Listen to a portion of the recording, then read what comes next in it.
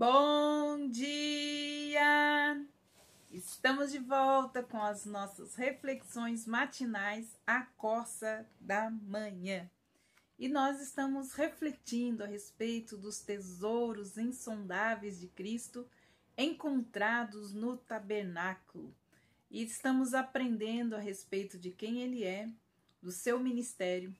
E isso serve para a nossa própria vida, nossa jornada espiritual e também como igreja, como nós devemos nos comportar hoje como igreja do nosso Senhor Jesus Cristo. E hoje nós vamos dar início a uma nova reflexão a respeito então das cortinas do tabernáculo.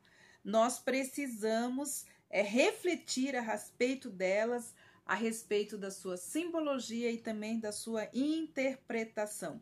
O texto onde nós encontramos então as ordens dadas a Moisés por Deus estão lá em Êxodo capítulo 26, dos versículos de 1 a 14, que nós vamos ler, que diz assim: Faça o tabernáculo, que terá 10 cortinas, de linho retorcido, branco fino, de pano azul, púrpura e carmesim.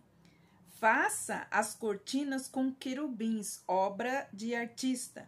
O comprimento de cada cortina será de 12,5 metros e a largura será de 1,80 metros. Todas as cortinas terão a mesma medida. 5 cortinas serão ligadas umas às outras e as outras 5 também ligadas umas às outras. Ponha as laçadas de pano azul na borda da cortina, na extremidade do primeiro agrupamento. Faça o mesmo com a borda da cortina na extremidade do segundo agrupamento. Faça 50 laçadas numa cortina e 50 laçadas na outra cortina.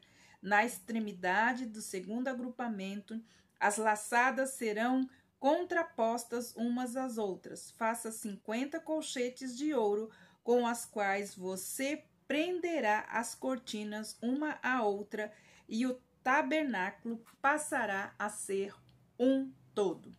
Nas próximas reflexões, nós leremos o restante desse texto. Mas é importante o que nós já temos, então, neste começo muito importante. Havia, então, várias cortinas e coberturas dentro do tabernáculo, pendurada ou caindo sobre a estrutura. Deus nos mostra aqui uma ordem de como essas cortinas deveriam ser colocadas sobre a estrutura e os materiais dos quais elas deveriam ser feitas. E tudo isso traz uma simbologia, uma interpretação maravilhosa. Primeiro, que elas deveriam obedecer à seguinte ordem. Deus é um Deus de ordem, né? As cortinas da nossa vida também devem estar em ordem.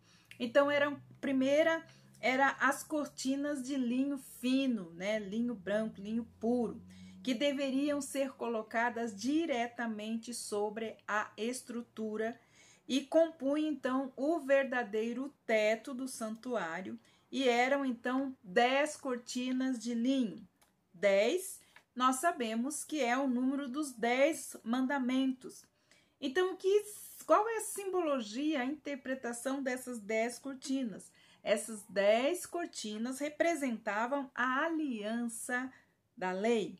Isto é, os 10 mandamentos que o nosso Senhor Jesus Cristo, e nos mostram algo maravilhoso, que o nosso Senhor Jesus Cristo é o único perfeito e justo. Ele foi o único homem que guardou os 10 mandamentos de Deus. Mas não só os 10 mandamentos, toda a lei moral composta, então, que Deus colocou para o povo, toda a lei civil e todo o cerimonial que acontecia dentro do tabernáculo, tudo foi cumprido em Cristo Jesus. Como o Espírito de Cristo testifica lá em Salmo 40, versículo 8, que nos diz assim: a tua lei está no fundo do meu coração. Estas 10 cortinas de linho fino trançado eram chamadas algumas vezes, né, de o tabernáculo, como nós podemos ver em Êxodo, capítulo 36, versículo 13, que diz que elas deveriam ser colocadas bem juntas, e nós vemos também no início desta leitura, de que elas fossem colocadas juntas umas às outras, como se fizesse parte, então, de um todo. E qual seria, então, o simbolismo do linho branco trançado? É um dos mais evidentes das Escrituras. Ele é sempre visto, então, como um símbolo da justiça, mas da justiça de Cristo como padrão de filho. E, em segundo lugar, ele também é o simbolismo da justificação dos santos que estão em Cristo, como nos diz Apocalipse 19, 7 e 8, que nos diz assim: alegrem-se e exultem e deem-lhe glória, porque chegou a hora das bodas do Cordeiro, e a noiva dele já está preparada. A ela foi permitido vestir-se de linho finíssimo, resplandecente, puro, porque o linho finíssimo são os atos de justiça dos santos. Mas não se trata dos nossos atos de justiça, pois de acordo com Isaías 64:6, todos os nossos atos de justiça são como trapos de imundícia. Linho branco fino fala da justiça pela fé. Ele, Cristo, ele é a nossa justificação pela fé. O linho fino era usado, então, como vestimenta também dos sacerdotes, como nós vimos também, a roupa do sacerdote. Êxodo capítulo 20, 39 e 43 nos diz também, nós já estudamos a respeito da roupa do sacerdote. Quando nós nos apresentarmos diante de Deus pela fé, nós seremos recebidos como reis e sacerdotes e usaremos então as vestimentas adequadas, como nos diz Apocalipse capítulo 3, versículo 5. E eles andarão comigo, vestidos de branco, pois são dignos. Não iremos vestir essas roupas, como vimos, com base em nosso próprio mérito, mas nos méritos de Jesus, como nos diz Apocalipse, capítulo 7, versículo 14, e Isaías, capítulo 61, versículos 3 e versículo 10. E diz assim: mas ele me vestiu com as vestes de salvação, e sobre mim pôs o seu manto de justiça.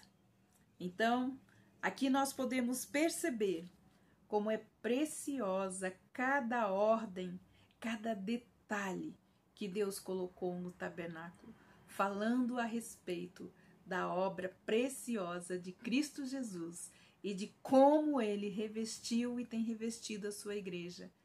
E quando nós comparecermos perante ele, nós já estaremos com as vestes adequadas, porque assim ele diz: andarão comigo, vestidos de branco, pois são dignos. E isso tudo é porque Cristo nos revestiu com vestes de salvação e sobre nós pôs, então, um manto de justiça. Amanhã nós continuaremos, então, a nossa reflexão sobre as cortinas e as coberturas do tabernáculo. Que Deus abençoe você e até amanhã com as nossas reflexões matinais, a Corsa da Manhã.